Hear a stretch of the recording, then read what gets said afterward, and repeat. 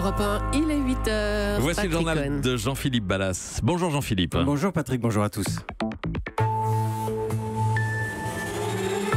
Le bonheur de ne plus être un assisté, de payer ses factures simplement. Témoignage d'anciens chômeurs à la une de ce journal. Il participe à une opération lancée il y a 1 an par ATD Carmonde, 0 chômeur sur un territoire en Bretagne. Premier bilan dans un instant. Les autres titres. Le pataquès de la taxe sur les dividendes avec un vote en urgence hier soir à l'Assemblée, une surtaxe exceptionnelle, mais pas sûr là encore qu'elle soit juridiquement valable, à suivre les informations de Nicolas Barré.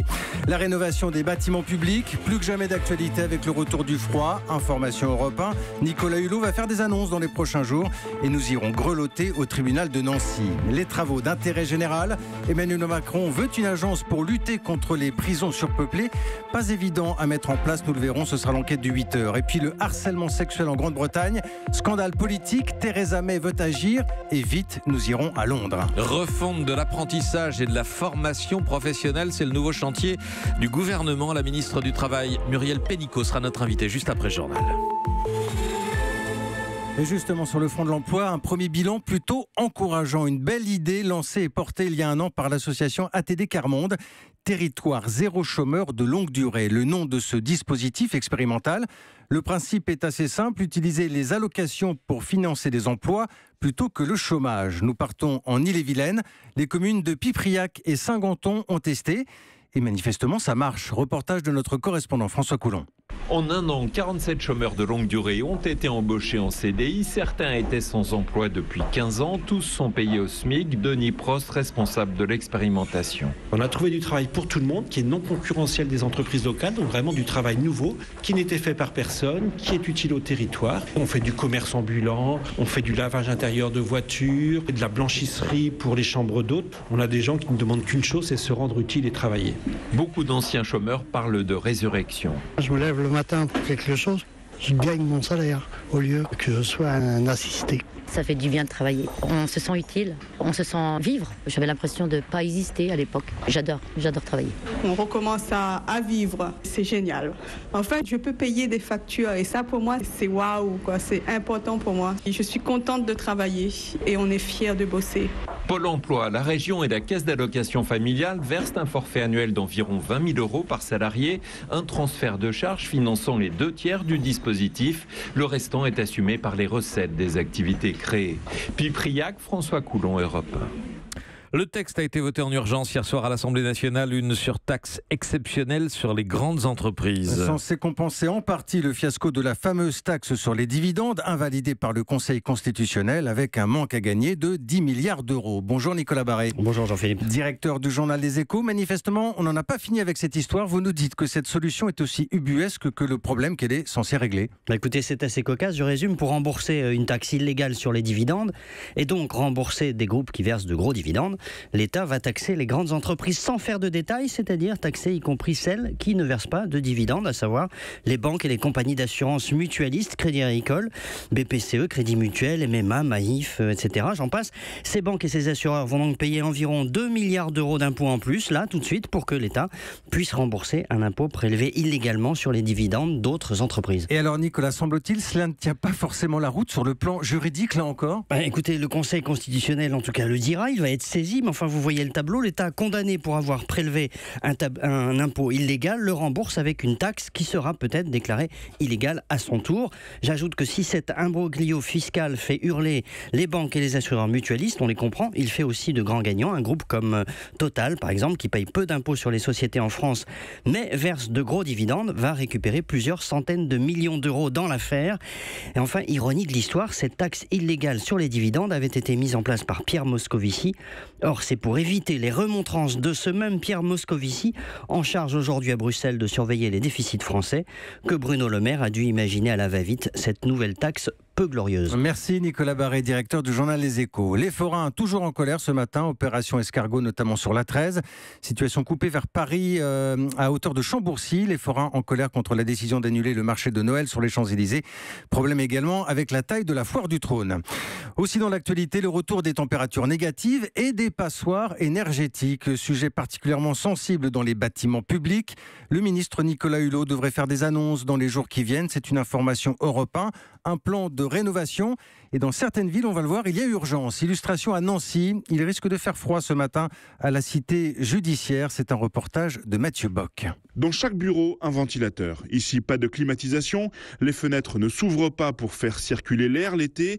Et l'hiver, les radiateurs ne fonctionnent pas aux extrémités du bâtiment. C'est ce qu'a vécu le personnel du TGI de Nancy ces dernières années, raconte Maurice Schreyer, greffier au tribunal et secrétaire régional adjoint à la CFDT. On est dans l'Est et au TGI de Nancy, à la cité judiciaire, on vit les saisons. C'est-à-dire qu'on a très chaud en été et on a très froid en hiver. Quand vous êtes dans certains bureaux et qu'en été, vous ne pouvez pas ouvrir les fenêtres, que tout est vitré et qui fait 40 à 45 degrés. À l'inverse, en hiver, que vous n'avez pas de chauffage, vous êtes dans des bureaux où il fait 10. Ce qui fait qu'on en arrive au paradoxe où il faut acheter des climatiseurs pour l'été et des chauffages d'appoint pour l'hiver. L'administration a pris conscience du problème. Des travaux viennent d'ailleurs d'être lancés, rappelle le procureur François Perrin. Ils ont quand même coûté près de 5 millions d'euros, ce qui est une somme importante et conséquente pour le ministère de la Justice. Et depuis, la situation est progressivement en train de s'améliorer, donc c'est quelque chose qui est plutôt positif. Mais les syndicats attendent que ces travaux soient terminés avant de se réjouir, car en 35 ans d'existence seulement, le bâtiment en est à sa 4e phase de rénovation. Nancy, Mathieu Bock, Europe 1. Aux États-Unis, un personnage asocial violent et qui n'aurait pas dû posséder d'armes à feu. On en sait plus sur l'homme qui a abattu 26 personnes dans une église du Texas. Un ex-caporal condamné par l'armée pour violence conjugale, mais à l'époque, l'US Air Force n'avait pas informé le FBI, ce qui aurait pu en principe lui interdire l'achat d'une arme à feu. Harcèlement sexuel, le sujet prend une dimension politique ce matin au Royaume-Uni. Affaire d'État après la démission du ministre de la Défense la semaine dernière. Aujourd'hui, 2 autres membres du gouvernement sont sur la sellette. Réunion de crise. Nous sommes maintenant en ligne avec notre correspondante à Londres, Anaïs Cordoba. Pour faire simple, la première ministre Theresa May veut agir vite et frapper fort. Oui, face à l'ampleur du scandale, Theresa May n'avait plus le choix. Elle annonce des mesures qui se mettront en place dès les prochains jours pour, je cite, une nouvelle culture du respect au centre de la vie publique. Je veux que le Parlement ait une procédure spécifique pour les plaintes. Un système par lequel les gens peuvent dénoncer des abus. Car je veux que les employés du Parlement se sentent en confiance et sachent que leurs plaintes seront prises au sérieux. Concrètement, tout le personnel du Parlement, qu'il soit député ou employé de ménage, pourra plus facilement signaler les abus. Un bureau spécial sera ouvert pour recueillir leurs plaintes et la ligne téléphonique déjà existante sera renforcée. Une formation spécifique pourrait aussi être proposée à chaque élu. Pour assurer une mise en place rapide, une équipe de députés de toutes tendances confondues sera chargée de suivre l'application de ces nouvelles mesures. En cas de besoin, il a été proposé que des spécialistes de la lutte contre le harcèlement viennent les conseiller. Anaïs Cordoba en ligne de Londres. Il est 8h10, Patrick Cohen. La suite du journal Jean-Philippe Ballas, c'est une volonté d'Emmanuel Macron, créer une agence des travaux d'intérêt général. Un moyen de lutter contre la surpopulation carcérale. L'enjeu est de trouver des structures pour accueillir les condamnés. Pas si simple, c'est l'enquête du 8h. Bonjour Martin Fenot. Bonjour. Racontez-nous comment cela se passe concrètement dans les villes qui accueillent. Eh bien, à Montataire, dans l'Oise, par exemple, les condamnés tondent la pelouse du stade ou ramassent les détritus. La mairie accueille une vingtaine de personnes chaque année. Farid, employé de la ville, les encadre. On a reçu beaucoup de jeunes en errance, malheureusement, des toxicomanes, des gens qui sont vraiment en difficulté avec des problématiques psychologiques. Nous, dans notre collectivité, ça se passe très bien, mais il y a des collectivités voisines à côté ou des associations, malheureusement, où ça se passe pas si bien. Alors ce travail n'est pas rémunéré, c'est une sanction. Mais élus et responsables associatifs sont réticents. Sylvain L'Huissier de l'association Chantier Passerelle tente de les rassurer. La peur de la figure du délinquant, les structures qui se posent la question à quoi va ressembler la personne que je vais accueillir dans mon service. Est-ce que je suis à même de le gérer en fait? Et donc il y a un travail à faire pour déconstruire ces appréhensions. On entend ce témoignage, Martin. Pour se faire une idée, est-ce qu'on sait combien de communes acceptent de faire travailler ces condamnés ? Eh bien, en 2011, le ministère de la Justice comptait 3800 communes offrant des postes de travail d'intérêt général, 1 sur 10. Le nombre de peines prononcées n'a pas beaucoup évolué depuis. C'est ce que regrette Virginie Duval, présidente de l'Union syndicale des magistrats. Les magistrats, ils souhaiteraient pouvoir prononcer des peines plus éducatives. Sauf que si vous savez qu'il n'y a pas de société, de mairie qui accueille les personnes condamnées à des travaux d'intérêt général, on ne le prononce pas. Et dans ce cas-là, la justice sanctionne par un sursis ou une amende. L'an dernier, un peu plus de 25 000 peines de travail d'intérêt général ont été prononcées par les tribunaux. L'enquête du 8h signée ce matin, Martin Fenaud. C'est le premier musée universel dans le monde arabe, le Louvre Abu Dhabi. Il sera inauguré en grande pompe demain soir en présence d'Emmanuel Macron. Une aventure commencée il y a 10 ans, un bâtiment conçu par l'architecte Jean Nouvel.